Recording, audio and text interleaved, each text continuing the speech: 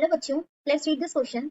The question says, pollen grains are able to withstand extremes of temperature and desiccation because their enzyme is composed of. Question में पूछा गया है कि pollen grains कितने भी temperature को, किसी भी तरीके के एडवर्स क्लाइमेटिक कंडीशन को, सबको क्या कर सकते हैं, झेल सकते हैं, क्योंकि उनकी एंजाइम किसकी बनी होती है, first cutin, second suberin, third sporopollenin, fourth callose. So the key concept is structure of pollen grain.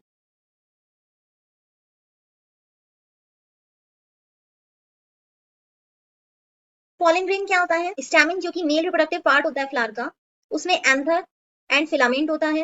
Anther is the reproductive part while filament is the sterile part. Her anther में 2 lobes होते हैं और हर lobe में 2 microsporangia होते हैं. So total एक anther में कितने माइक्रोस्पोरेंजिया हो गए, 4. Microsporangia house of pollen grains होते हैं. ये वही जगह होती हैं जहां पे पॉलन ग्रेन्स बनते हैं. सो जो माइक्रोस्पोर मदर सेल्स होती हैं माइक्रोस्पोरेंजियम में, वो क्या करती हैं, मियोसिस करती हैं और 4 हैप्लॉइड माइक्रोस्पोर्स फॉर्म करती हैं. इन्हीं माइक्रोस्पोर्स को पॉलन ग्रेन्स भी कहते हैं और इस प्रोसेस को कहते हैं माइक्रोस्पोरोजेनेसिस, माइक्रोस्पोर्स का फॉर्मेशन. अब ये माइक्रोस्पोर जो होते हैं, जो पॉलन ग्रेन्स होते हैं, इनका स्ट्रक्चर होता है लाइक दिस.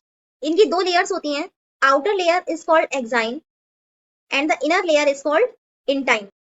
इसमें 2 न्यूक्लियस होते हैं. जो बीच वाला है वो ट्यूब या वेजिटेटिव न्यूक्लियस कहलाता है और ये जो है इसको कहते हैं जेनरेटिव न्यूक्लियस. अब यहाँ हम देख सकते हैं कि जो एक्साइन है वो कंटिन्यूअस नहीं है. यहाँ पर जैसे थोड़ा सा पोर है, यहाँ पर पोर है, यहाँ पर पोर है. सो ये अपर्चर्स होते हैं बिकॉज एक्साइन किसकी बनी होती है, स्पोरोपोलिनिन की, और इंटाइन बनी होती है सेल्यूलोज की. सो ये जो स्पोरोपोलिनिन होती है ये कंटिन्यूअस नहीं होती, कहीं कहीं पर ये एब्सेंट होती है. जहां ये एब्सेंट होती है वहां पर बनते हैं अपर्चर्स और इन अपर्चर्स को क्या कहते हैं, germ pour.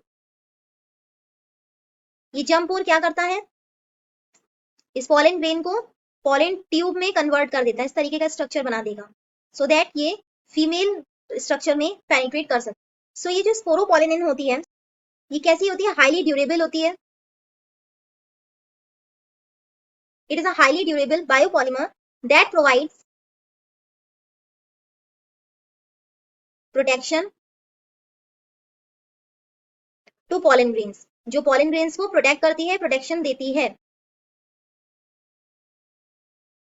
and making them resistant to environmental stresses. और इनको रेजिस्टेंट बनाती है कोई भी एनवायरमेंटल स्ट्रेस के अगेंस्ट. मतलब कोई भी एडवर्स क्लाइमेटिक कंडीशन आ गई, कैसा भी मौसम हो गया, कैसा भी टेम्परेचर हो गया, तो उसके अगेंस्ट सर्वाइव करने की ताकत कौन देता है, यही स्पोरोपोलिनिन, बिकॉज ये बहुत ज्यादा ड्यूरेबल होती है.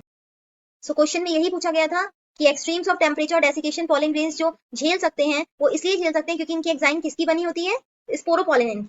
सो the final answer is C, sporopollenin. Hope you understood it well. Best of luck.